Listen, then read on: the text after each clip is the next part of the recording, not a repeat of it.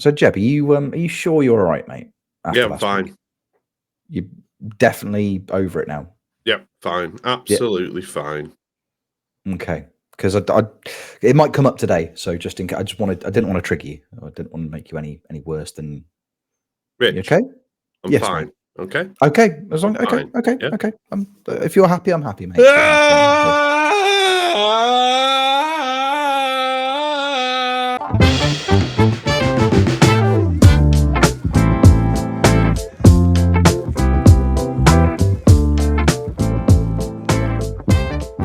Hello there, friends, and welcome back to another episode of Football Manager Therapy. I am, of course, your host, Rich Owens, and joining me this week, we have 2/3 of the FM team. We have the United City FM, and we have Jebbaroo. Kev, how are you doing this morning, pal? Well, to be totally truthful with you, Rich, I am actually fine. I'm doing good. I'm having a good day. It's a bit miserable outside, but we are pushing November, so we expect it. But yeah, sunshine all the way inside because I get to pod with you, lovely boys. So what more could I ask for? Good. I'm fine. I'm really fine. He's really fine. And you know what, Kev? I believe you. I don't know what it is. There's like an underlying sincerity there. So yeah. I'm gonna leave it at that. It's fine. It's absolutely fine. I'm glad you're fine. I'm glad you are well. Jeb, hiya, mate. Yeah. Are you okay? All right. Yeah, fine. You? Yes, fine. Yeah, fine. Good. Thanks for asking me this week. I really appreciate it. Oh, you're very welcome, mate. You're very welcome. Very welcome. Yeah. No, I am all well. I am all good. I'm recovered. We got in the Champions League after that. It was the irony. I had a message that day from somebody who works for Football Manager, and I was about to send him that clip and go, "Explain this." But I didn't. I held back. Yeah. Just a couple of days later. So yeah.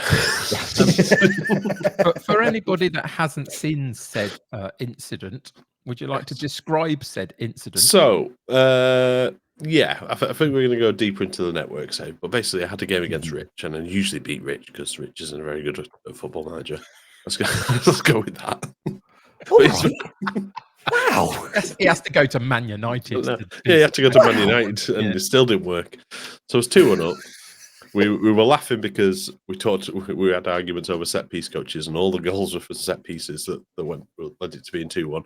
Then Jose Sarr just picked up the ball for a innocuous save, was chatting away to one of the defenders that was stood next to him, and I think it got to about 2 seconds. Like, what's he doing? Why is he doing this? And then he rolled it out to Harvey Barnes. Got an equaliser, Harvey Barnes. He seemed. Jose Sarr seemed to be having a chat with one of the defenders to basically say, "I'm just going to throw it to the opposition. If that's all right. Do you mind? I mean, would that work out?" And the defender went, "Yeah, exactly. Who cares about title aspirations? Yeah, it's fine. Exactly. I don't know what the Portuguese for hey. Watch this. It's going to be really funny. Is that he was clearly like whispering to Gonzalo Inacio. He was like, "I'm just going to throw it to him. Watch. It'll be really funny." I actually am inclined to agree with him. I thought it was really funny. Yeah. So we sold Jose Sarr immediately. So that was a plan. At the end of the game, he was gone. Exactly. He was gone, ready for the end of the season. So yeah. Exactly. If you look at grudges, it's no, you're not fine. At all. It's fine. No, it's fine. He was fine about it. Fine about the whole thing. Yeah. If you look at the phrase knee-jerk reaction in the dictionary, it's just footage of Jeb selling Jose Sarr immediately after the game.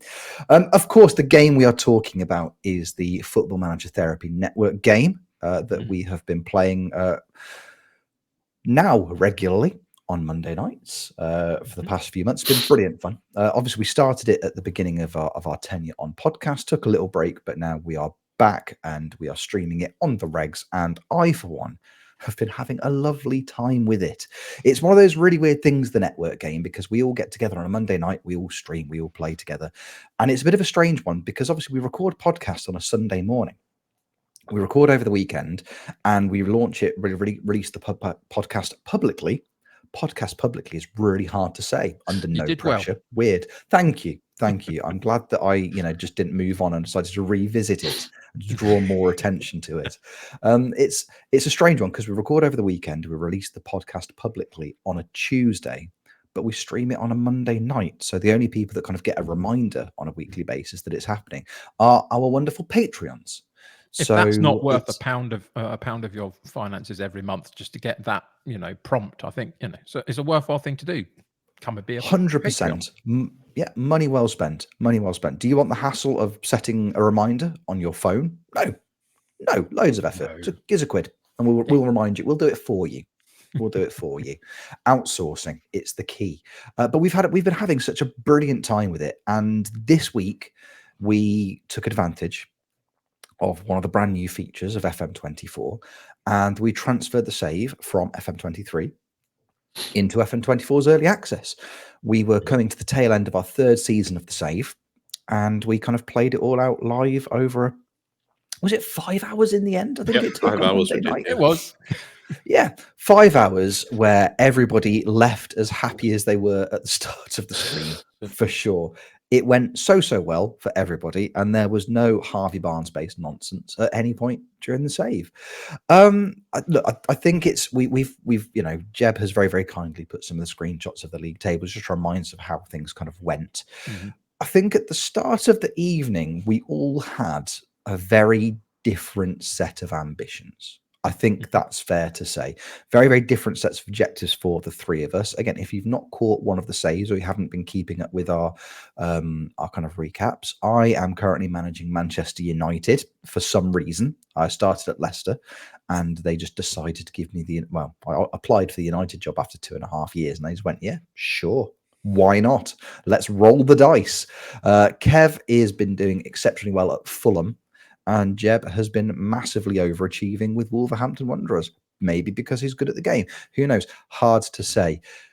Kev, we'll start with you, pal. On the kind of the beginning of that stream on Monday night when we were tying up the tail end of season 3, what were your objectives? What would you have taken at the start of that stream in terms of results and final league positions?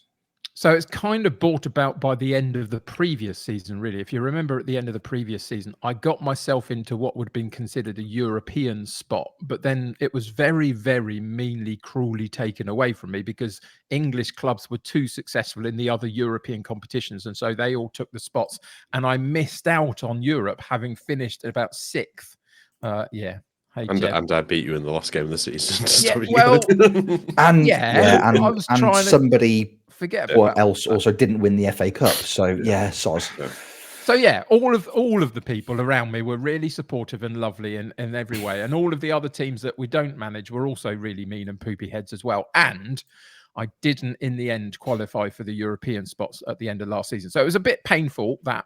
So at the beginning of our evening this last Monday, I was still just around the sort of 6th place, sort of 7th place spot in the league, trying to hold on to a European spot. Now, I knew kind of out the corner of my eye that wasn't actually that far away from Champions League spots.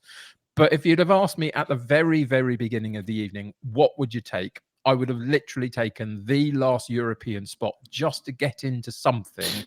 And I still thought if I'd have done that 2 seasons in a row with Fulham to get myself in that kind of position, then actually that's not bad going. So that's what my expectation or my hope would have been, should I say, at the beginning of the evening.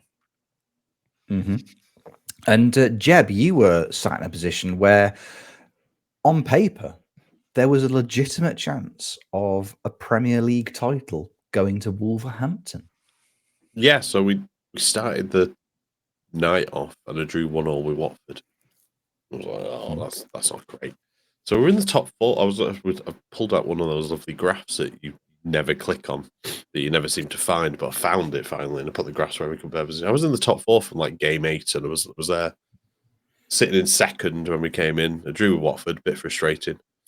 Then I played Arsenal, beat them 4-1. Arsenal aren't doing great. I think they end up finishing 10th or something like that, maybe even below you, Rich. Thank you. I'm the second different manager after Jamie. And then see previous episodes of the Jamie discussion. There's a YouTube short out there if you want to watch it. It was something that we didn't expect to happen. And then I played Man City, who are obviously top of the league because the Man City played them away. And we destroyed them 3-0. Like, it was just like, oh, this is good. This is really, really good. And then I had the simple task of playing Kev at home. Kev up there. Yeah, Kev up there. Hello. Simple task playing Kev at home. Yeah, Kev beat me 1-0. Just ruined everything. Got my own back, basically, is what you're saying. Yeah, maybe a little bit that way. Maybe a little bit. And then I played the Man United. We've been over the Jose Sarr incident. To be fair, it was quite a close game. So what we found when we went into the game this time was you move from FM23 to FM24. I don't know if this is for every game. You go and look for set piece coaches, and there was 2 in the whole game, in the whole ecosystem. And I got one, and Kev got one. More on that later. Yep. I got the one that Richard gone for, because Richard said his name out loud on stream. I was like, ooh, because it is quite a funny name. Actually, I'm actually just going to quickly look it up because I've got it here. Where is he? He is, well, where did they go? Set piece coach. There we go. Yeah, his name is Bailey Hoolikin Smallwood. So yes, he is my set piece coach. So yeah, I brought him in. Yeah, the first 3 goals in our game were all set pieces. So I think one was a penalty, to be fair, but like a corner each, and it started to do quite well. I've noticed with the set piece coach, I've just kind of left it alone and gone and delegate. I was like, I'll delve into it deeper when we get full fat FM24, but at the minute, I'm just going to delegate, let them deal with all the various different things.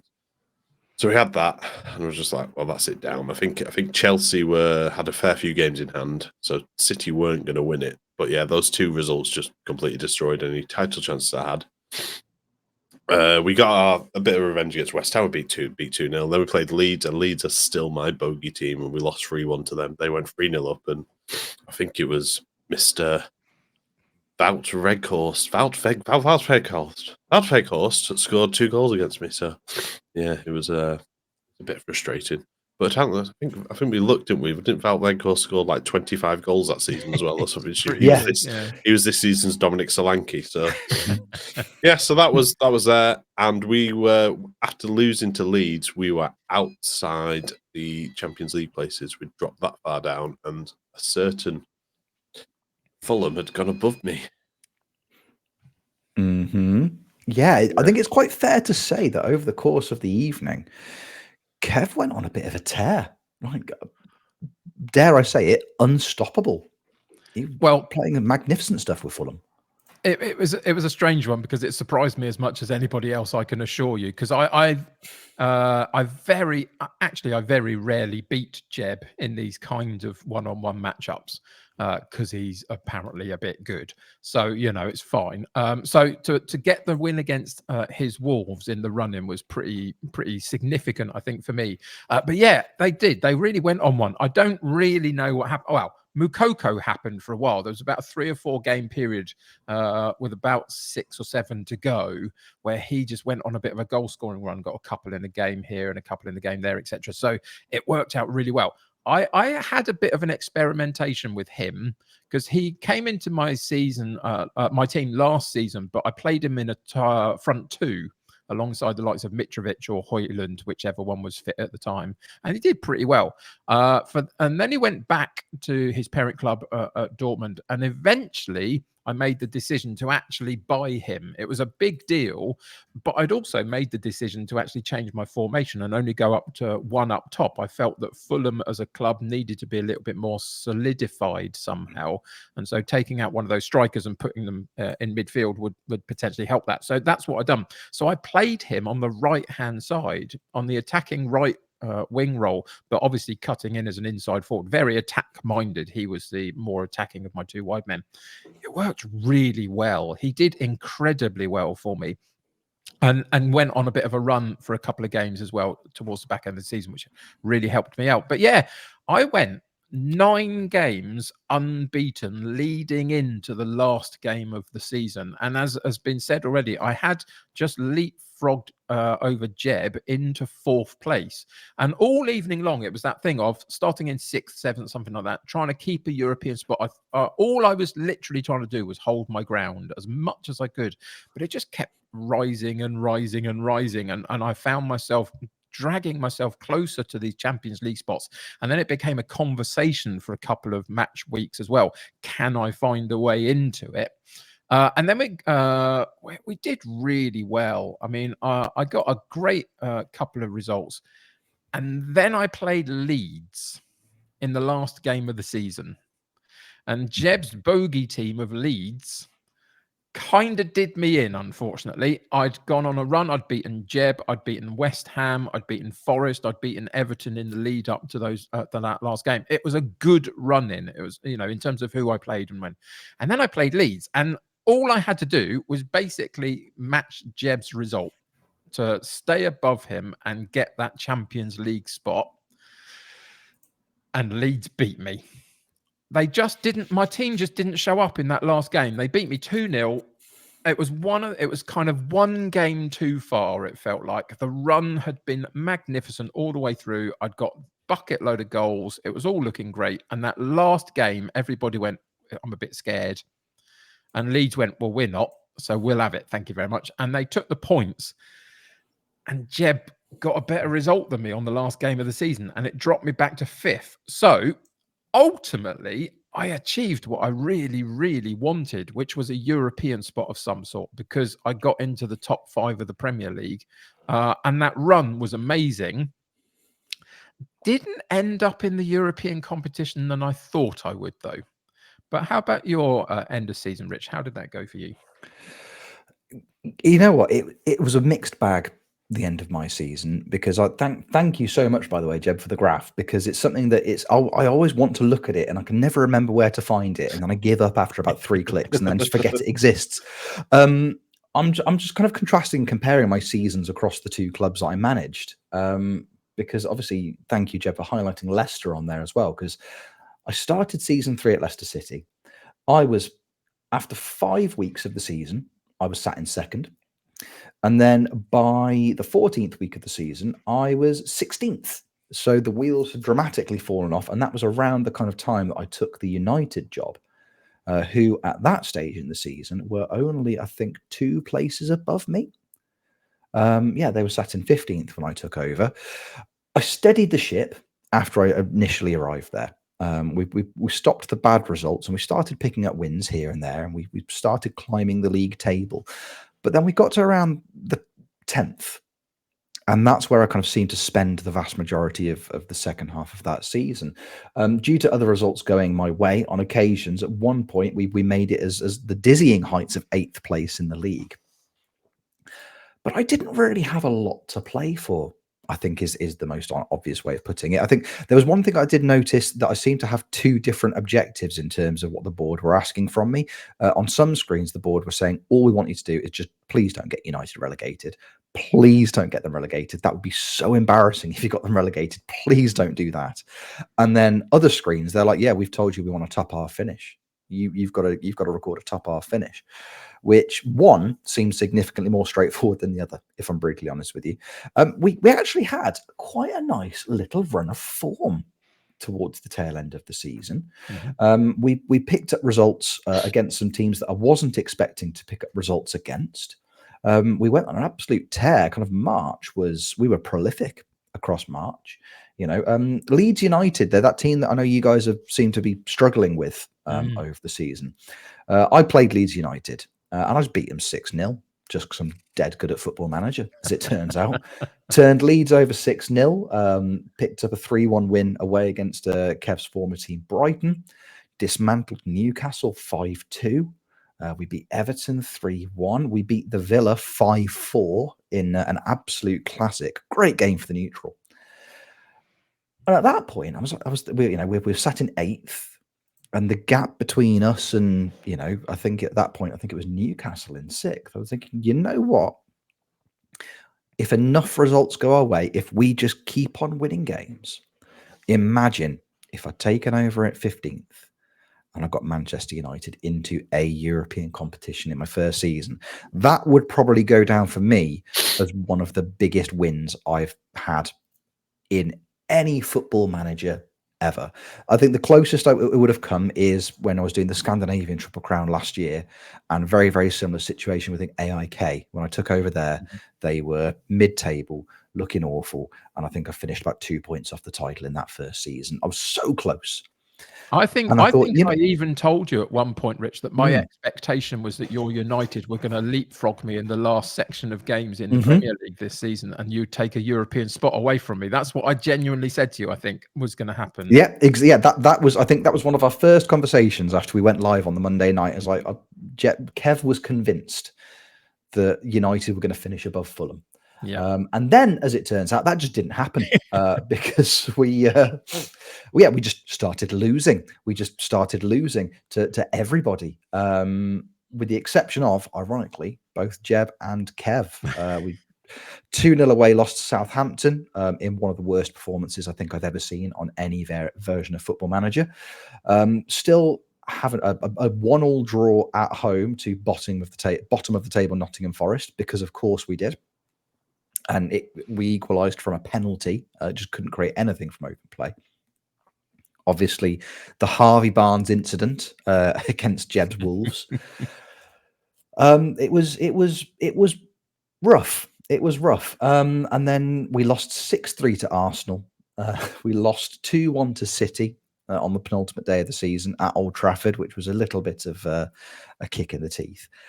And at this point, all of a sudden, all of our hard work in just this absolutely fantastic run of form in March had all been completely undone. And it went into the last day of the season, and we had to match Aston Villa's result. Aston Villa was sat in 11th, and we had to match their result to guarantee 10th. And I was absolutely terrified because it was Watford, who were already relegated. We already know how these games always tend to go on final days of the season against clubs that are, they're already done. We already know they have a tendency to turn up against you. And I had to win that game. The only way that I was guaranteed to keep my job was to win against Watford on the final day of the season. Otherwise, I wasn't finishing top half. And there was a very, very real possibility that I was getting the sack. Fortunately, we managed to pull out a 3-0 win out of nowhere, which was definitely just against the run of form. It wouldn't have surprised me if we'd been taken apart by Watford on the final day. But fortunately, one of the stars of my save, Bruno Fernandes, he turned up in that final month. Because also frustratingly for me, about one game into the stream on the Monday night, I lost Marcus Rashford, which was devastating because he was one of my, at that stage, 3 consistently competent footballers I had in the United setup. He got injured for the remainder of the season, so my goals seemed to, I was concerned about scoring goals, which it turned out became a real thing in that run-in.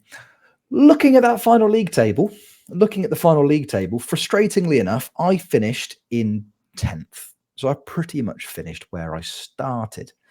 I finished 5 points behind Arsenal, who finished in 8th place.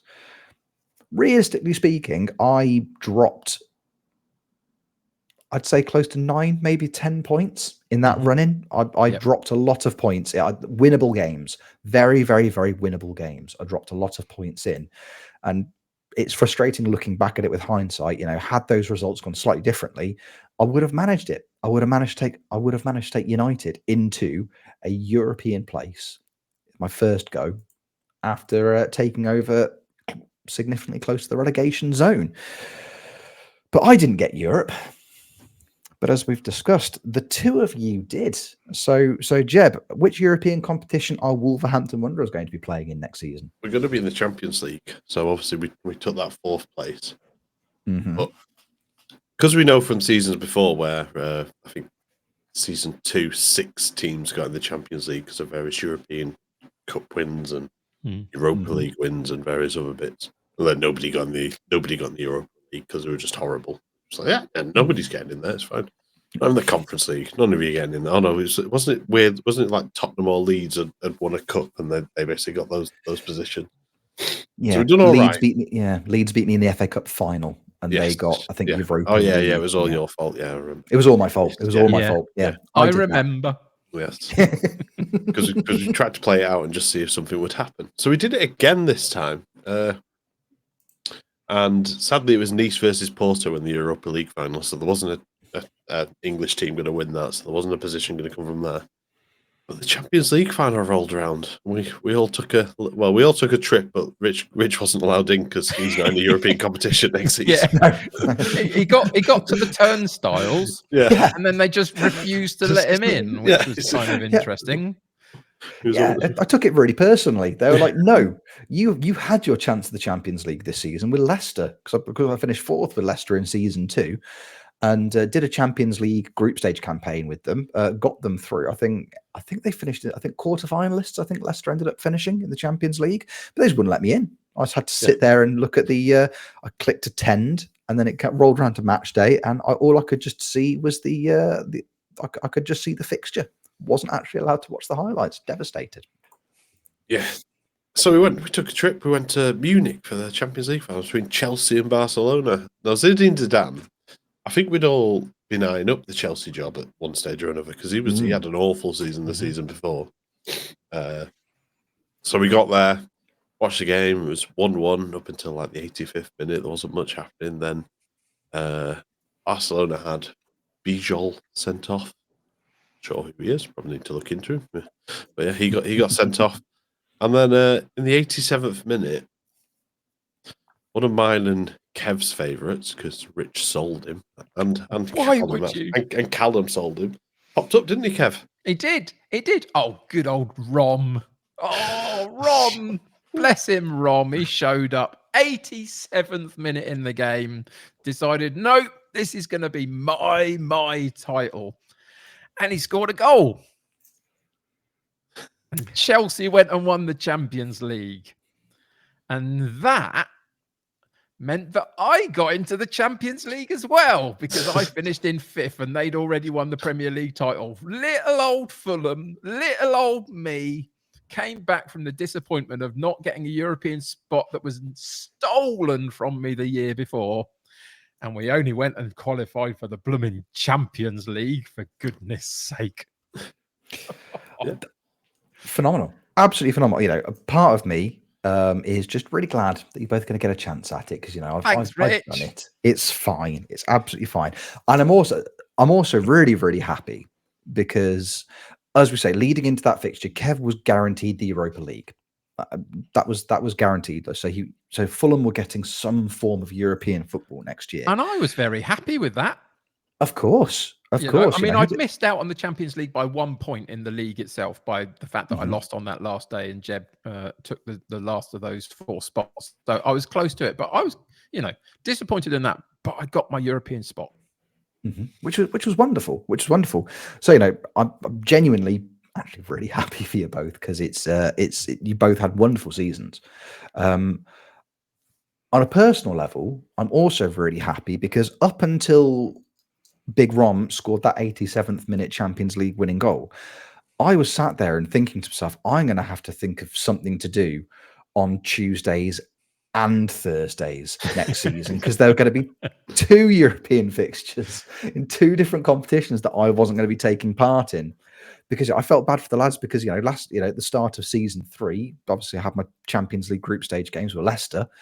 And then the lads just sat there, we've got nothing to do on these European nights. And I was sat there, it's going to be two fixtures. I'm going to have to think of something to do through. So you getting Champions League, fingers crossed your fixtures are both on the same evening. That would be preferable. That would be preferable. But it's absolutely fantastic. Two clubs in the Champions League that you wouldn't expect to see there. And then 3, really, because there's 3 clubs. One of them who you definitely wouldn't expect to see there. And that was me with Manchester United. Hello. Can't have everything, I suppose. Can't keep them up and get European football in the same season. That's ridiculous. I guess the question now is, I mean, we're planning on we'll be carrying on the save this week. We're going to be having a bit of a pre-season transfer stream, which we all love. Looking at your squads, fellas, is there anything what are you hoping to achieve over the summer? Now with your European campaigns coming up, Jeb, obviously you've lost one of the greatest strikers the world has ever seen in Oscar Cardozo. How do you replace him? Well, he's in the backroom setup before, didn't he? He's an under-18s coach, so if I don't have to replace him, he's still there. He's still there. He's playing passing on his knowledge to Viper and Haroho. So yeah, we'll see how that goes. I mean, Araujo was amazing. He tailed off towards the end of the season, but he was leading goal scorer for most of the season, and he needs to work on his finishing, according to my coaches. So well, he could be even better. Yeah, there's a couple of bit of rebuild. Obviously, Jose Sar's gone. We replaced him immediately with Diogo Costa. We just need to build out the squad a little bit more, but we need to get a bit more homegrown players in as well. I think that might be it. We might have some registration issues. We're going to have some registration issues, I think. So yeah, so we need to fix that. But yeah, I think I've still got to sign Portuguese players, so Diogo Costa solves that. But I think I need to sign another one just to keep the board ticking over because he's still like, oh, well done, you got the Champions League, but you haven't signed any Portuguese players. That's a B-. We don't like you. It's like, great, thanks. Like the first time European Cup or European competition that Wolves have been in for God knows how long, and they're having a go at me. So yeah, yeah, I'm hoping just to push on. I mean, the Wolves team is now very different to what it is in real life. We've kept hold of Aït-Nouri, Semedo's out the door. Aït-Nouri might be out the door as well, and Pedro Neto. I think Pedro Neto's the only one surviving now because Jimenez is about to leave as well. So yeah, it's a big change of squad, but it's pushing on and maybe go for the title or Champions League. It's going to probably be one where I'm going to play off the two against each other. I think we said this last week, didn't we? None of us won none of us won a Champions League last season, apart from Rich offline as Man City. So which doesn't count. No, it absolutely doesn't count under any circumstances.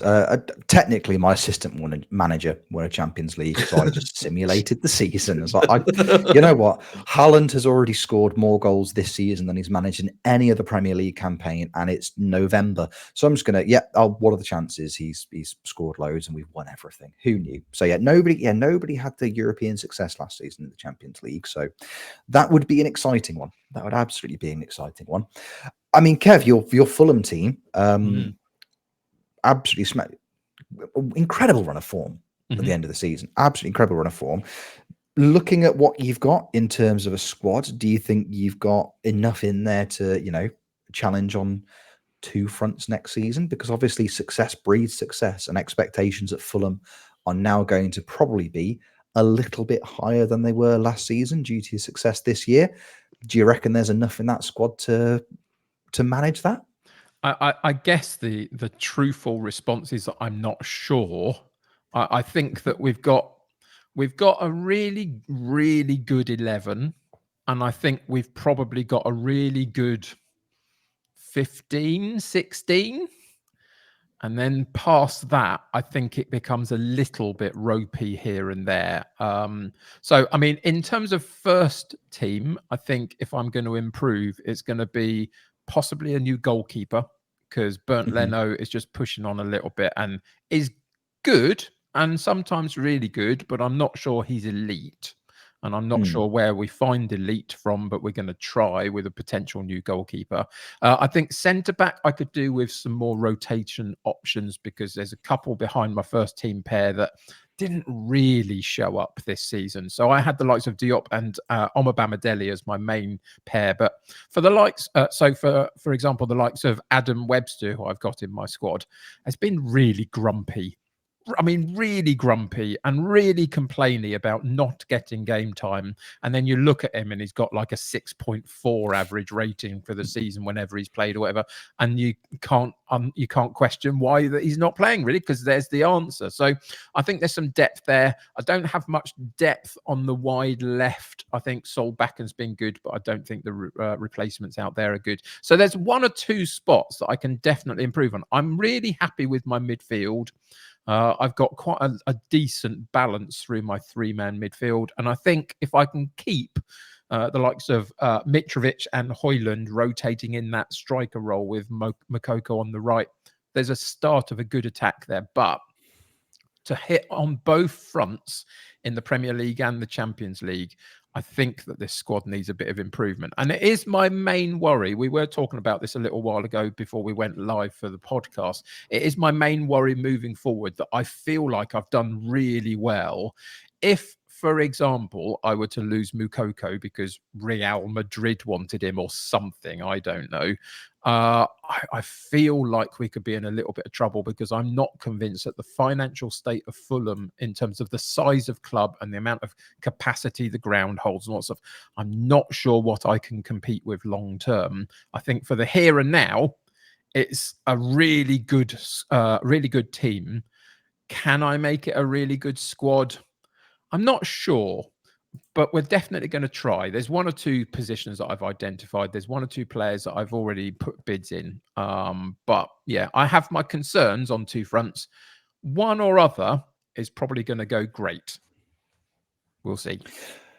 It's all you can really ask for, though, isn't it? It's all you can really ask for. It is a difficult one. I think being in a position where you're trying to compete in a big competition like the Champions League, and also I think it's dependent on what the board kind of identifies the priority in the Premier League as well. I think I was very fortunate when I did it with Leicester, because the board were like, just aim for the top half and do what you can in Europe, and that's reasonable.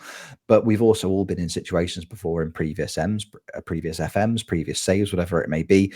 You get that success, and then suddenly they're like, right, this is now the benchmark. You know, it's the old, it's the Claudio Ranieri thing, isn't it? You know, that success becomes the benchmark rather than the exception, and those standards aren't necessarily always going to be the easiest ones to attain consistently. The one thing I will say is that in terms of trying to manage a campaign on both fronts, the new format of the Champions League group stage is actually kind of favourable. Because instead of, obviously it's your big league table now, and your top 8 are guaranteed, miss around, and then you have the other ones going into qualifiers and extra fixtures. If you want a European run in those Champions League fixtures, in those group stages, especially if you're a Premier League club, I think regardless of your stature, if you get a Premier League team into the Champions League group stages, there are going to be clubs that you're going to be drawn against that you're always going to have a chance against. It's not necessarily, you're not going to have to push your first 11 out every single week in order to try and do bits and pieces. There's always going to be European teams in there that you're going to have a chance against regardless. Maybe you'll do it. I fluked it. I beat Real Madrid in the group stage with Leicester in season 3, completely by accident. I didn't mean to. I didn't think it was going to happen. So I've just accidentally beaten Real Madrid, because of course I have. Why wouldn't I? But then I also can't beat Burnley in the Premier League. Like it's an absolute nightmare. There's no consistency with it, but it does give you a chance. And I know, Kev, one of your philosophies with your homeward bound save was play the kids in the European competitions, because your focus in that save was the league. To an extent, there are going to be fixtures where you can kind of get away with it. So even if you've got a really, really strong starting 11, if you've got 3 or 4 first team quality-ish, they'll probably do a job against, somebody, the Cypriot champions. They'll probably do a job against, somebody from, a qualifier from one of the Scandinavian countries, for example, who's, who at this early in the save, the really good youth team players haven't kind of, made that impact in the starting 11 yet.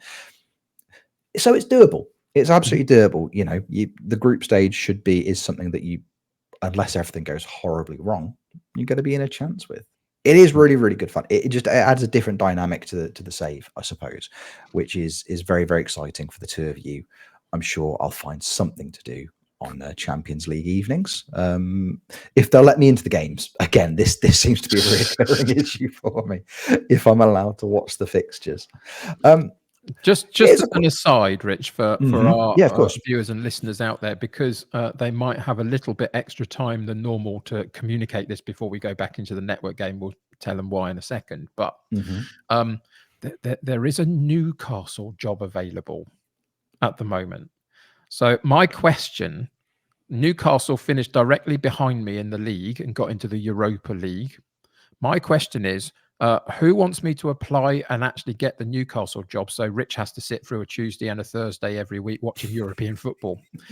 Let me know your opinions, people. Should I apply and get the Newcastle job and compete financially with others, or should I stick with Fulham and potentially have a slightly better team in the here and now, but can I sustain it? That's my question. Let me know. Fulham, Fulham, Fulham, Fulham, Fulham. Like, you don't want to look. All I'm saying, this is my logic. If you were to take the Newcastle job, you would miss out on Tony Khan's excited little face. He has got a very feed. excited face. He's got such an excited little face, hasn't he? He's got such an excited little face, and you never know. You just you're going to get that email in your inbox. Oh, we've appointed somebody, new backroom staff. It's Ric Flair. Ric Flair's just here now. Yeah, let's bring them all in. No, it just needs to be a really long one that just goes, "It's Sting!"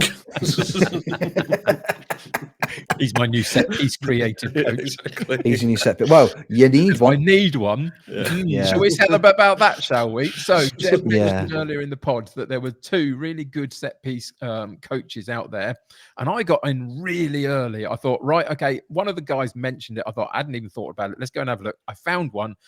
I offered them a contract, and he took me up on it brilliantly. Fantastic. Jeb got the other one over Rich, so Rich didn't have one for a little while. And then towards the back end of the season, this is only a few weeks later, literally only a few weeks later, that this guy had signed a lovely contract with me. We were doing very well. We were 9 games unbeaten going into the last game of the season. And then all of a sudden, Man United, this little old Man United came and knocking, saying, "Can we have a conversation with your set piece coach?" Now, if it were up to me, I would have gone, no, but somebody allowed it, and they got in the ear of my set piece coach, who'd literally been in my club for about 5 weeks, and they nicked him off me. How'd that work? He signed a contract for like 4 years or something, for goodness sake. A couple of weeks later, Rich goes, "Nah, come and do it for Man United." So all of a sudden, Jeb's got his lovely named set piece coach, and Rich has stolen mine. So I went and had a look on the set piece coach list. Yet there's still nobody there. There's still nobody there at all. So Kev's now doing his own set pieces with the FM24 set piece creator and having a lovely time of it. But who got European Champions League? Little old Kev did. So you keep your set piece creator, Rich, and feel really damn good about it. And I'll just go and do my own thing. And I'm fine. Good. I'm glad you're fine. And wait, weirdly, I can't believe he went to you after like 5 weeks. I know. Look. All I'm saying, I'm going to be him next season. just complete the circle. Yeah. Jeb's going to apply.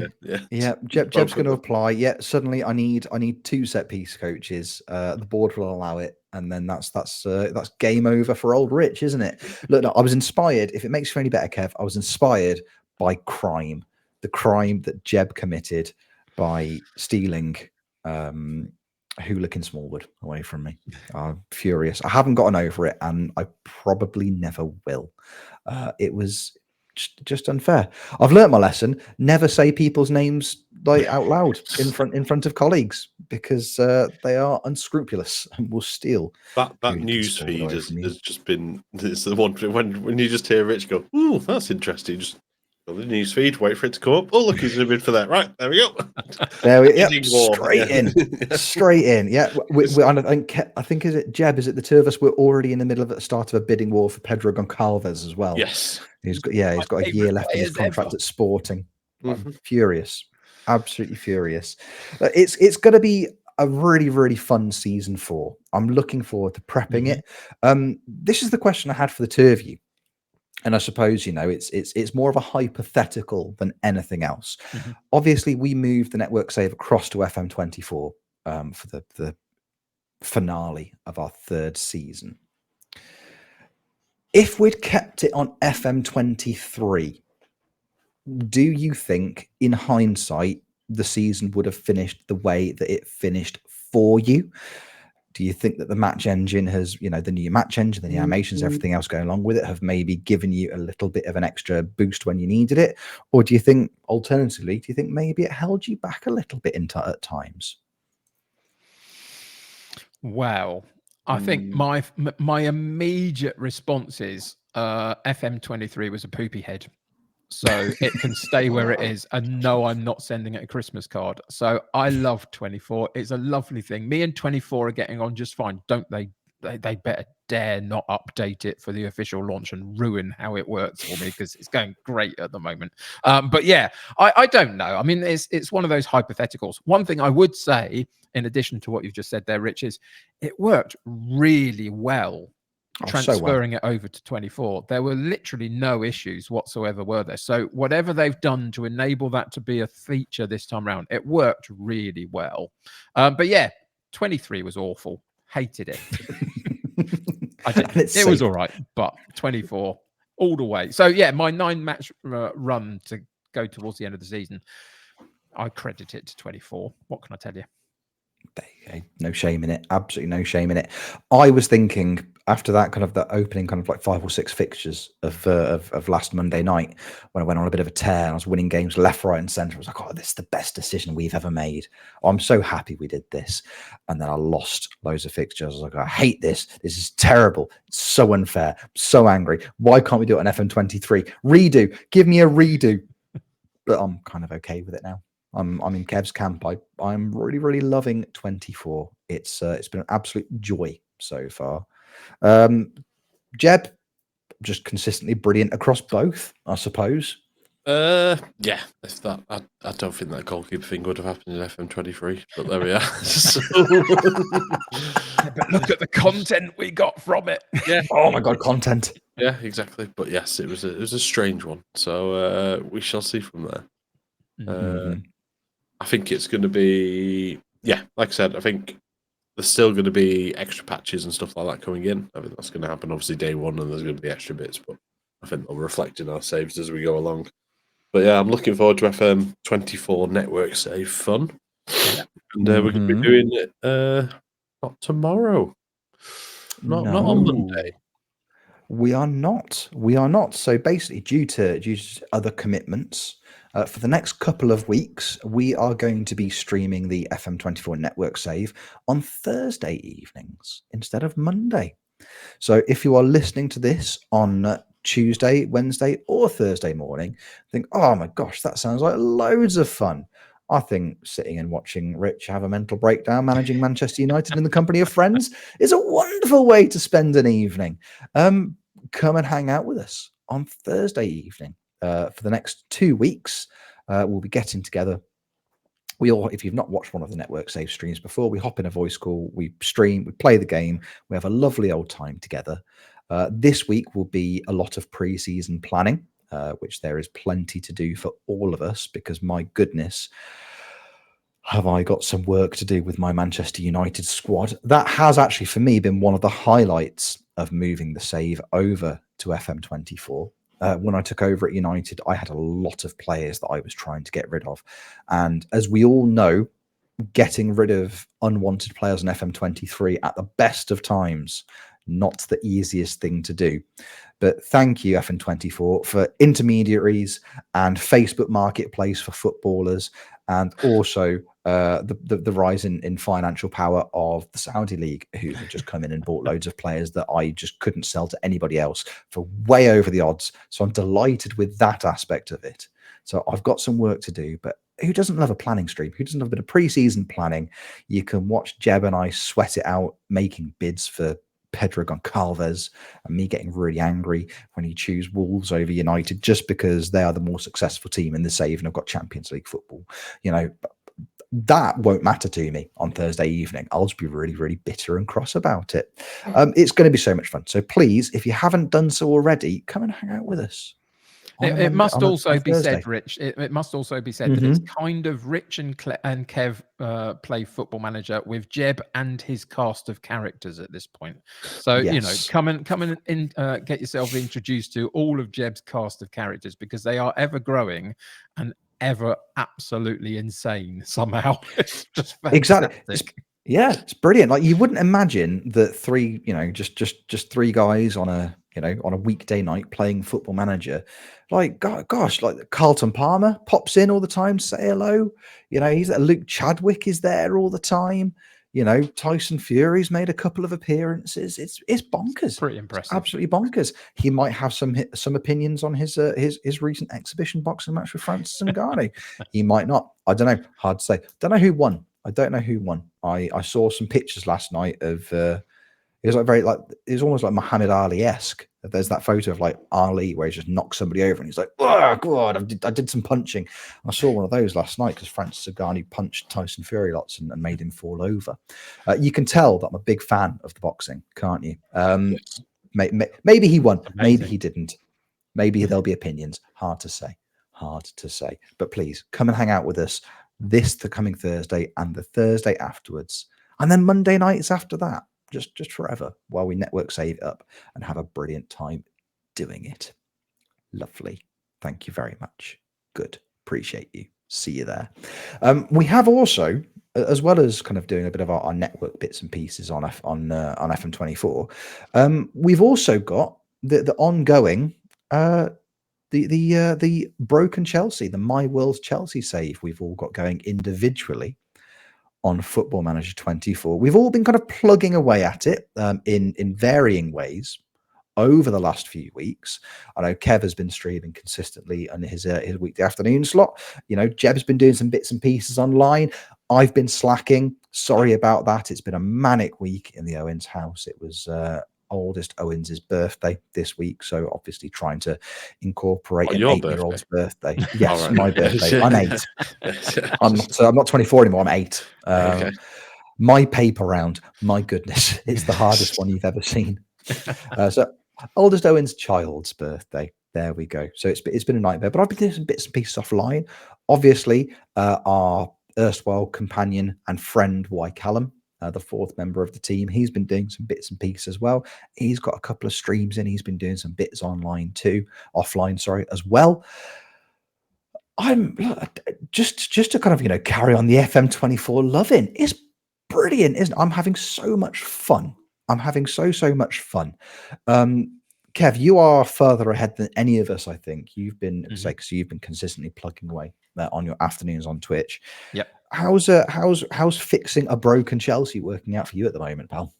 Well, as you say, there's a lot of aspects of it that are a lot of fun. You know, the fact that in the end, by the end of the transfer window, I'd spent £669 million on rebuilding my squad was a lot of fun. What I would say, it has felt a little bit lonely this week. I thought you'd all deserted me, to be totally truthful, for very, very good reasons. Obviously, that you couldn't get on and do what you needed to do. But by Friday, I was sitting there thinking, has anybody else done any of it? I'm not sure.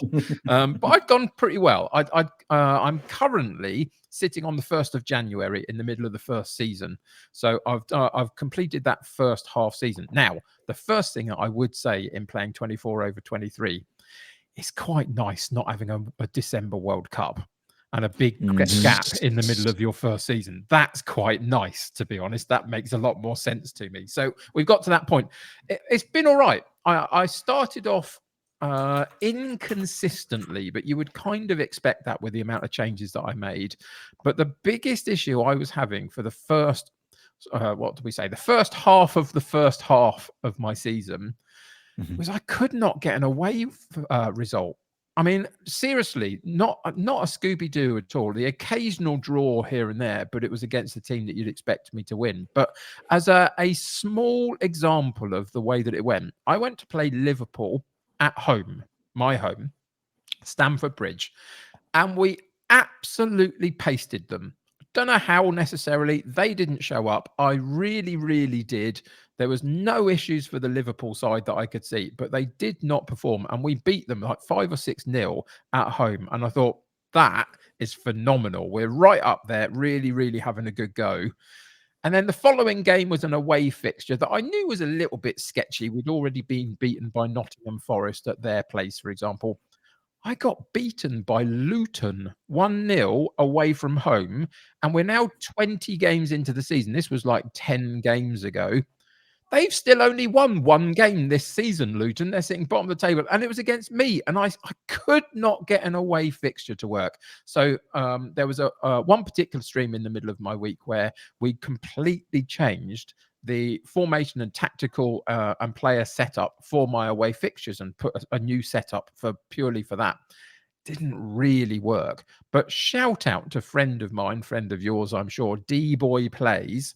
D-Boy Plays was in my stream, and he's been streaming some Football Manager himself. And he basically said, rather than do what you've just done of give yourself a second tactical setup, formational setup for your away fixtures, just use what you've currently got for your home and tweak it. Make it slightly more defensively solid, slow it down a little bit, et cetera, et cetera. Just, but little changes. So I kind of did that. The next stream I came on and I'd filled my second spot of my tactical setup with basically my home setup, but my shadow striker was withdrawn into a more central midfield kind of role.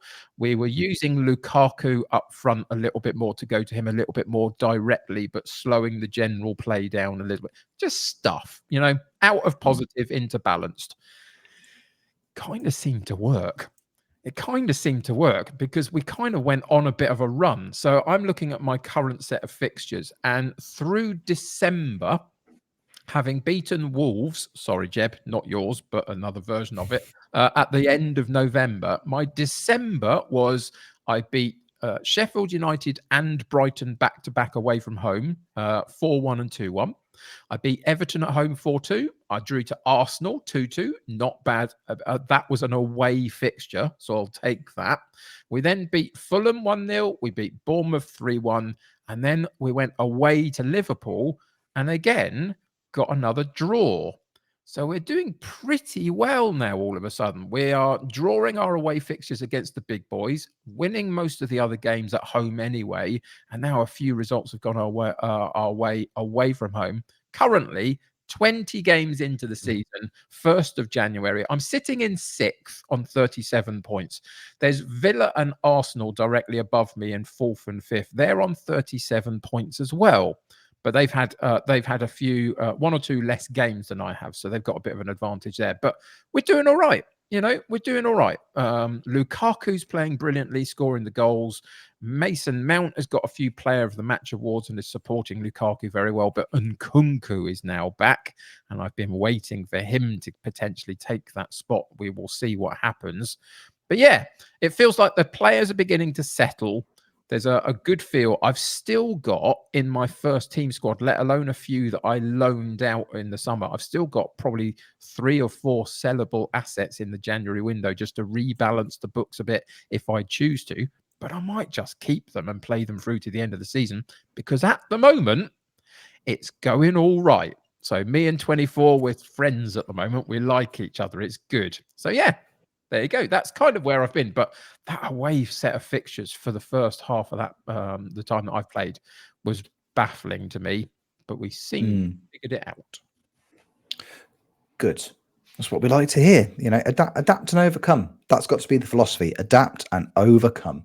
It's nice that it's nice that it feels like the game's making you think a little bit more about how you're setting up for those away games as well. It's because we're all at the stage, because we've done a My World save, we've all spent a bit of cash. There's a few new players in at the clubs, so kind of it's still going to take a while to bed a team in. We saw it last season with Nottingham Forest in real life. They signed about 100 players, and it takes a little bit of a while to kind of build the team cohesion, bed it in, get them used to the tactical setups and everything else. Jeb, yeah, Chelsea, yeah. I'm gonna prefix this by arguably one of my just when this popped up on my social media, it's made me very happy because I was intrigued, because yesterday afternoon I just saw a phrase pop up on Twitter that just said, "Oh, sausages." Sugar lumps. Oh no, sugar lumps. I do. I apologize. Oh, sugar lumps. I did put a swear on there, and then I thought, no, I've got to appeal to Callum and Kev's audiences. We are which is fair enough. Make it safe. So I'd like to apologise also to fans of sugar lumps at this stage. For Trust me, my viewership know all about swear words. Yes, I can assure you they do. Off I missed this week, I was going to say. Right.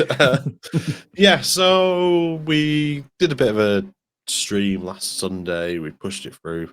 Didn't go amazingly well. We lost 1-0 to Everton. We lost 3-1. Lost to Arsenal. We got a result against Tottenham in the EFL Cup, which kind of helped us push us along. They beat Burnley 6-2. We kind of left it there for the week. Had to go away to London, do some work, came back to it yesterday. started off Brighton 1-0, nice, simple. Then we played Liverpool away. I was like, I'm not hopeful of getting much here.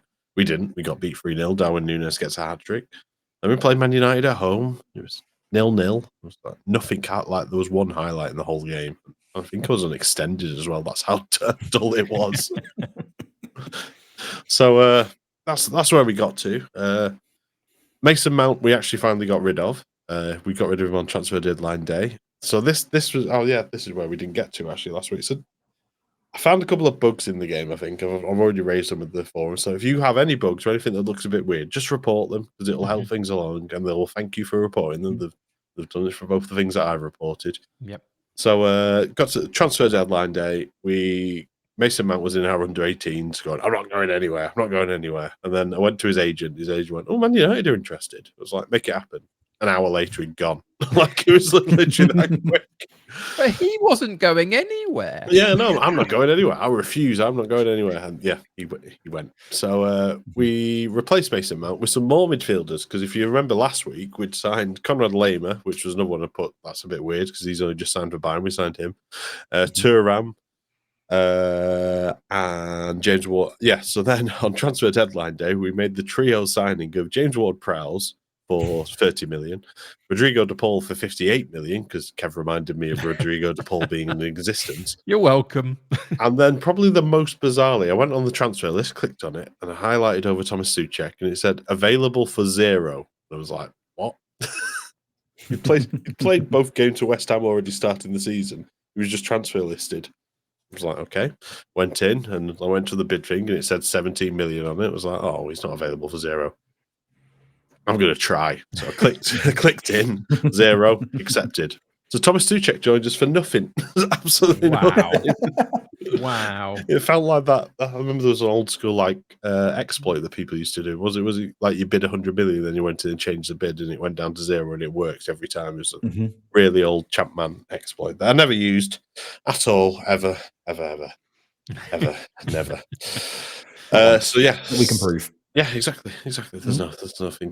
We moved on Broja alone out to Bournemouth. Ampadu went to Bournemouth as well. So a few players out, and I think Ziyech had already gone to Burnley by that stage. So we got to Man United in the EFL Cup 4th round. Quite hopeful. We got 0-0. We're just like, right, let's ring the changes. We'll make a couple of changes to the squad. Put Kepa in net. Didn't overly change too much. Levi Colville and Thiago Silva put at the back. Nice and simple. Impressively, Raheem Sterling got a 7.6. Nicholas Jackson, he got a 6.5, but he did get a goal. Lukaku got a 7.2. It seemed all right. Yeah, we got beat 7-1. Mason Mount got 2 of those goals. Because of course he did. Anthony Martial got a hat-trick against us, because of course he did. But yeah, we went spectacularly crashing out 7-1 in that round. So we played Tottenham next at home. We lost 4-2 to them. We leaked 11 goals in 2 games. And got on the team bus and said, got an email. The board want to talk to you. So this is where the old sugar lumps came in. And there's so many options on that thing when you're going, right, how do I save my job? There's so many options. And somehow I just clicked, give me to the end of the season. They went, yeah, right. See ya. So we played, and then we played Fulham. We beat Fulham. We beat Nottingham Forest. So I was like, yeah, that's cool. That's worked quite well. And after we'd done that, the board called me in again. I was like, what the hell? It's like, what do you want now? Like, you can tell me off some more. I was like, oh, hi, American Messi, because that's what Pulisic is called on my side. American Messi, you need to drop him immediately because of his bad form. He'd not been playing for me. So I was like, sure, yeah, I'll drop him. That's fine. That's fine. I'll do that. He's dropped. Consider it done. See you later. You'll get some more brownie points. Like, yeah, sure, cool, lovely. And then we played Crystal Palace away, got beat 3-0, like absolutely humbled by them. And then we played Brentford, was 2-0 down to them, and Kunku came on in like the 85th minute. He was making his return from injury for me. He scored in the 90+6, but we still got beat 2-1 to Brentford. And we're still on an E. We're still in the 11th. We're still not doing great. We finished the stream yesterday, luckily with a 3-0 win over Bournemouth, and we looked quite impressive there. I've gone as back to basics as we can go. We are now 4-4-2. That is what we are playing. We have a big man, little man up front.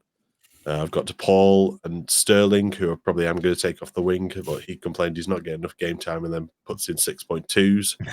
And do you know you get where you set the targets of like, oh, this is what I want your match rating to be if you want to continue to be in the team? I set Raheem Sterling the modest target of getting a 7 in a match, and he was like, no, it's out of order, that. It was like, you're a £70 million winger. Like, surely you can get a 7. Like, I've got, I picked up Victor Christensen, who might be this game's little wonder kid left back, actually. I've noticed he's very, very good. And I've given him the task of getting 7.1s. He was like, yep, I will get that, and I'll get my first team points and stuff like that. But yeah, just absolutely bizarre, some of the players. Lukaku is unhappy with me on 2 fronts, which I find quite funny. He's unhappy with my harsh team talk after the 7-1 loss to Man United. Sorry. I'm really sorry about that. I was a bit annoyed. Who'd have thought it? And then I think he's also annoyed at our form in the league, which, okay, I can fix one of them. The other one we're not too sure about. But Lukaku is still my best player. He's got 8 goals. He's got a 7.2 average. So it's all right.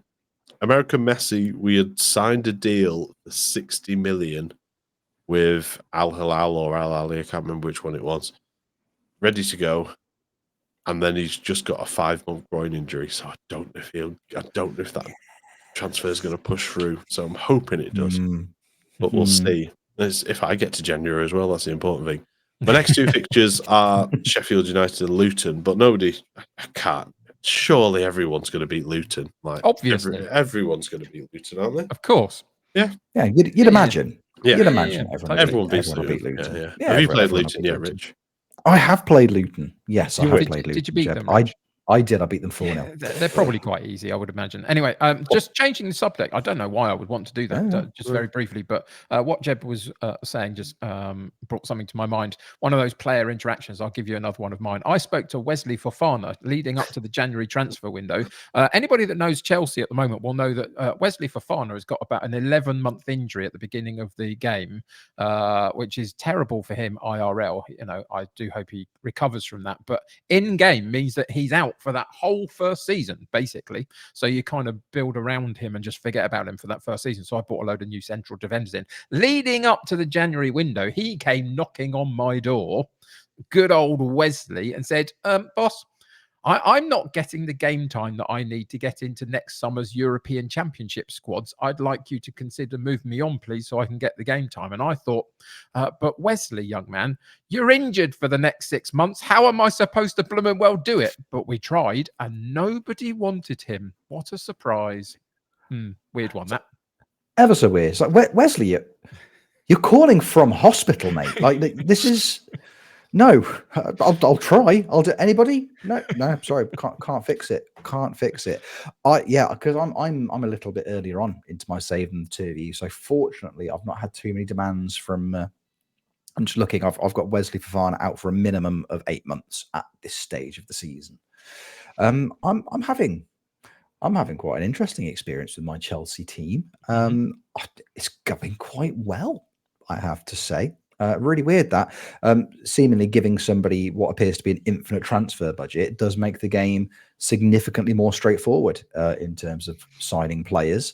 Cue next week where Rich is a gibbering wreck in the corner going, they fell apart. It never worked after I said it on the podcast. I'm so angry. I don't understand what I've done.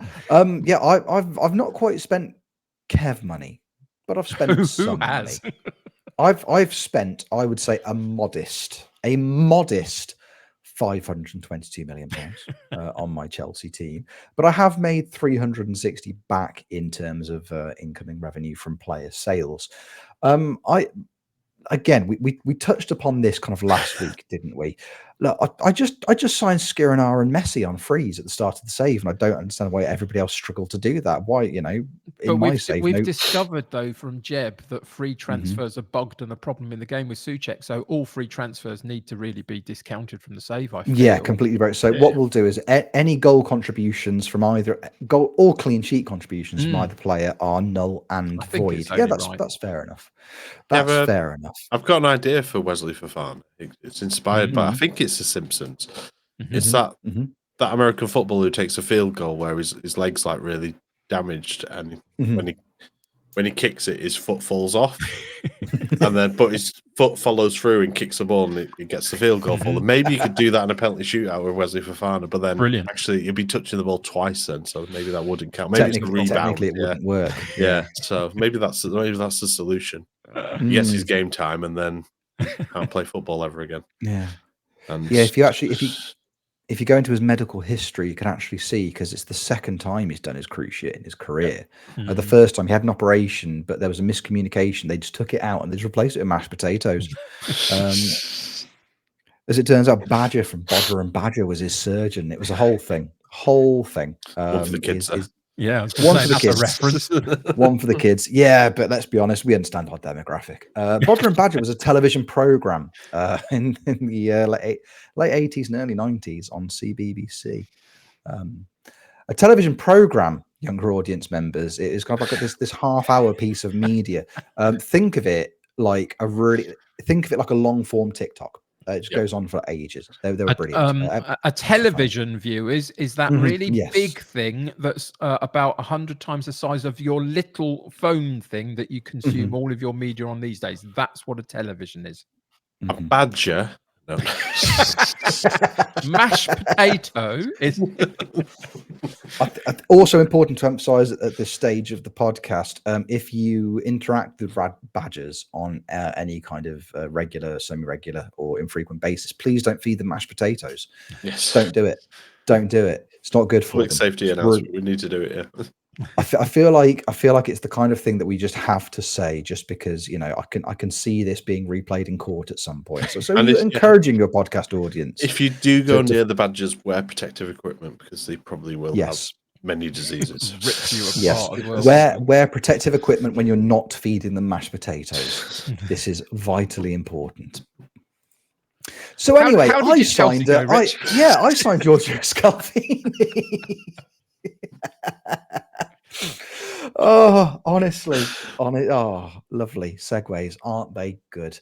I'm having fun with Chelsea. I've spent loads of money. There seems to be there's been like a distinct split in the FMT camp over our choices of strikers. Obviously, Jeb and Kev are our team Big Romelu Lukaku. You cannot stop the shine. Callum and I have gone for a very different approach. We both signed Victor Osimhen. Because he's really, really good at football, as it turns out. And he's available for he's got an £86 million release clause in his contract. So if you're starting a save with any European giant, or in Chelsea's case, former European good club who have loads and loads of money, and you want a striker, £86 million for arguably one of the best in the game, just makes sense, doesn't it? So I've bought in Osimhen. He's now starting as a part of a front two. I know that I originally was saying front three, with kind of Messi in the middle as a false nine, and maybe Osimhen and somebody like a Nicholas Jackson either side of them. Gone front two, Messi as a false nine with Osimhen or whoever else I'm playing up front, the more classic goal scorer ahead of them. I've got a three-man midfield, which when they're fit is quite good. It's James Ward-Prowse, it's Enzo Fernandez, and then the other spot is, again, when he's fit, Keffian Thuram, who is ever so good and cost me what, £27 million? Yeah, he's so good. He's so good, so good. And then defensively, I've had to kind of invest quite a lot because I got rid of Thiago Silva. He went quite early doors. Obviously, you've got no Wesley Fofana for the entirety of the season. So in came Giorgio Scalvini, who, he is the future of defence in FM24. I am very aware this is a one-season save, but still, he's good enough already. So he's lining up alongside, obviously, Skriniar, who came in on a free. Levi Colwill, I have the intention of giving loads of minutes to this season.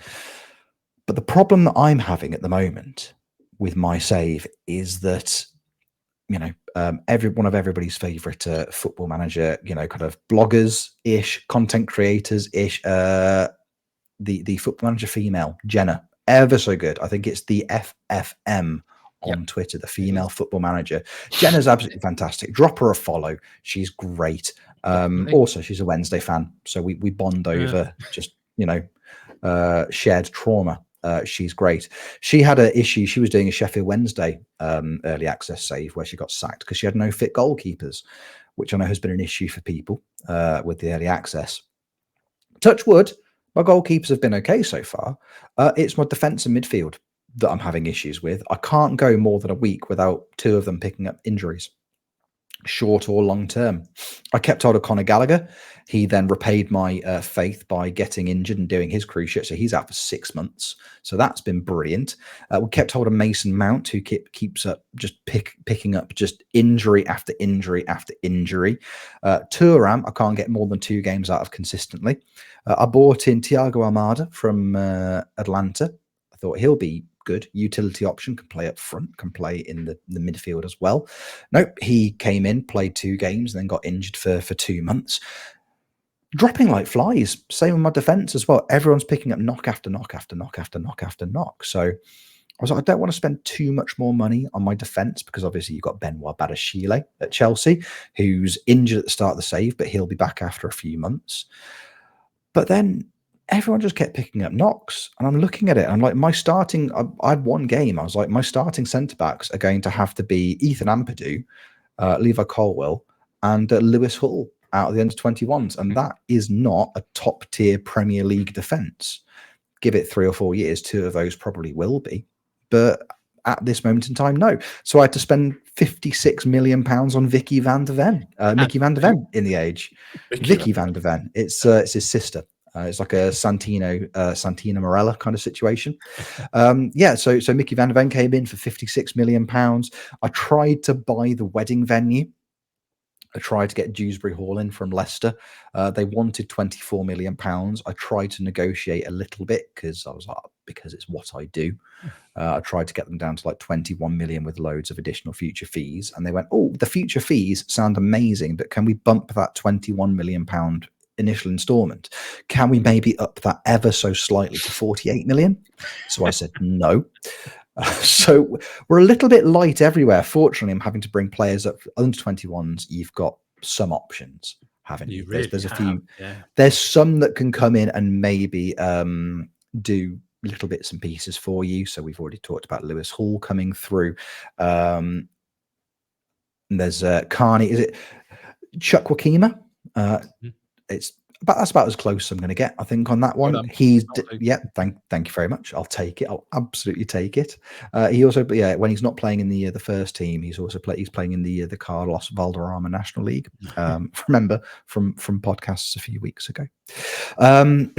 It's hard to keep a fit squad. I'm finding there's just constant injury after injury after injury. And I'm having to. Everyone's going to get minutes this season. There's not a single player in my squad that isn't going to be playing a lot of football. Injuries aside, the results have actually been going quite well, I've got to say. I'm only 7 games into the league because I've a bit of a slow start, but I'm catching up. I'm doing my absolute best.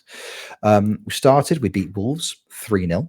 Away from home, which was a really, really nice start to the save. Messi, Skriniar, and Osimhen all scored on their debuts for me, which was very, very cool. The one thing I will say about that match, actually, we haven't talked about my goalkeeping situation. I didn't want Kepa. I don't rate him. United ended up coming in for him and taking him, as well as Lukaku. So Lukaku's gone back to United, continuing his never-ending cycle of playing for the same English clubs. So Kepa also moved to United. So I thought, goalkeeping-wise, there have been some crossover in some of the signings that we've all made, because of course there are going to be. There's only a finite amount of quality players. I bought in Jack Butland. I bought in Jack Butland as my number one. No, I bought in Georgie Mamradashvili, or Marmalade, or whatever else pops up into my head when I see a word beginning with M-A. So he came in. He's now my starting goalkeeper. But in classic Rich Owens fashion, I agreed the transfer the same day that Kepa left. I had a week before I played United, and I thought, we've agreed it. He's agreed the contract early doors. He'll be in. And then I got a notification 3 days before the United game Sorry, we're skipping ahead. Sorry, the Wolves game, not United. Got a notification 3 days before the Wolves game saying, yep, all above board. We just need to sort out work permits, and he's going to be here 4 days after you play Wolverhampton Wanderers. I didn't have a fit senior goalkeeper at the club, which was a little bit of a concern. I'd loaned out or sold most of my reserve goalkeepers, which again, a little bit of a concern. I had one left. I had one player left, one goalkeeper at the club who looked vaguely competent. Messi? Because he's a man mountain. I considered it, genuinely considered it. In the end, in came Lucas Bergstrom. He is in Chelsea's under-21s at the start of a My World save. His only senior football so far, he spent last season on loan, or looks like the second half of last season on loan at Peterborough, where he got 23 games. Hadn't played a minute for me in pre-season. And I was like, right, up you come to the senior squad. Come on, Lucas, all 6'8" of you. Let's just see how this goes. Just do your absolute best. Please do your best, and we'll just see. He kept a clean sheet and finished the game on an 8.0 match rating, which, as we all know, for goalkeepers on Football Manager, is the equivalent of getting a 12 if you're an outfield player. He was absolutely phenomenal, and he will never play for me again because Marmalade's here now, and as long as that man, and he's here, and Marcus Bettalini is also fit again, who is a slightly more competent goalkeeper. So Bergstrom played one clean sheet, 8.0 match rating, done. He's my new hero. I'll keep him in the first team for posterity, but he's just there to watch. He's just there to take notes, and hopefully he'll figure it out and maybe get a bit better. Who knows? But he's in. He kept a clean sheet, beat Wolves 3-0. Then I had Fulham in my next fixture, who really made me work for it. We beat them 1-0. Crystal Palace beat them 3-0. I have, by the way, there's a little thread on my Twitter where I've been keeping track of all the stuff I've been doing offline. And I did say I noticed that this was some of the OG and past and present FMT Network save teams. Because, of course, Jeb's Wolves, Kev's Fulham, and Alice's Palace. There you go. There's a throwback to the start, the very, very beginnings of the FMT Network save. Alice signed Morten Gams Pedersen and Sheldrup, and that's all she needed to do. Wonderful performances. Beat Luton 4-0, because of course you do. Of course you beat Luton 4-0. And I'm sitting back and I'm thinking, hey, we've played 4 games. We've scored in every single game. Haven't conceded a goal yet. Looking quite good. This is all going, despite the injuries, despite the issues I was having in terms of rotation. It's all going okay. And then we played Manchester United. And that was a game, because that one finished 5-4, which was a concern. We were cruising, absolutely cruising in the first half. Went 2-0 up. Osimhen scored. So Osimhen and Thuram both scored. Then some guy called Ronald Lukaku, I got something similar, might have equalised for United twice. Hard to say. Who would sell one of the best strikers in the game to a rival? Me, as it turns out, me, and it would immediately come back to bite me. Lukaku scored a couple of times. Osimhen scored again, and then Fernandes scored again, kind of bookending the first half. So we're 4-2 up. We're looking super comfortable. United aren't creating a lot. I'm thinking this is fine. Make some substitutions, feeling good about life. And then in the 78th minute, United scored. Casemiro broke through from his defensive midfield position, just started running. And I was watching the highlight, and I was like, oh, that's weird. Casemiro's making a run from very, very deep. Nobody's tracking him. He's not going to find it. It's not going to find its way through to him. Oh, it's found its way through to him, but it's a really, really, really weird angle, and he's facing away from goal, and he scored. It's 4-3. That's always a concern. And then in the 85th minute, Christian Eriksen, unmarked on the edge of the box from a corner, scores from about 25 yards to make it 4-4. And at this point, I'm just panicking because I've made all my substitutions. I was like, just rotating players, trying to keep the healthy players healthy, and I've got nothing. I'm like, oh dear, this is. I can see the momentum swinging United's way. 2 very, very late goals, and then there was a highlight in the 92nd minute. It was a Chelsea highlight. And the ball falls from a throw-in to Ethan Ampadu, who's come on in my. I've got a three defender system, by the way, and I play a libero in the middle. I've got a libero on defend, which is the role that Ethan Ampadu was playing. And Ethan Ampadu picks up the ball 25 yards out on the edge of Manchester United's box and just pings it into the top corner. He had no business doing that, absolutely none whatsoever. And we ended up winning 5-4. I was quite happy with that, as it turns out, as a series of results. I was delighted, absolutely delighted. So we kept the 5-game winnings. We kept the winning streak alive. We lost 2-1 to Brentford because, of course, we did. Ben Bertrand Diaz, who's moved to Brentford in this universe, scored twice against me. He could have scored 4. We were absolutely woeful. Beat Burnley 6-1. Everything's going quite well. We're 4th in the table. I'm absolutely not going to win the league because Man City and Arsenal have won 7 from their opening 7 because, of course, they have. Liverpool have got a plus 25 goal difference after 7 games in 3rd. I'm sat fairly comfortably in 4th. I forgot to ask, actually, lads, what are the board's objectives for you for the season? What are you working towards in terms of your times at Chelsea? Off the top of my head, I think it was a European qualification, but I can't remember totally. I haven't got it in front of me anymore. Yeah. I've been given Champions League qualification, so that's all I can do. If I fail that, I'm going to get the sack because we've seen it happen previously. So as it stands, 7 games in, if we continue the form we've been in, we could well do it. Injuries are the bane of my existence. I'm just looking at my medical centre at the moment. At the moment I've got Ward-Prowse, Messi, obviously Nkunku, Gallagher, Fofana, but I've only just had Mount, Osimhen, Thuram, Bettelini, Almada, and Chalobah return from injury. So before my last fixture, I had 12 first-team players out. So this is going to be fine. It's going to be fine. It's a good job there's a 54-man squad at Chelsea, isn't it, really?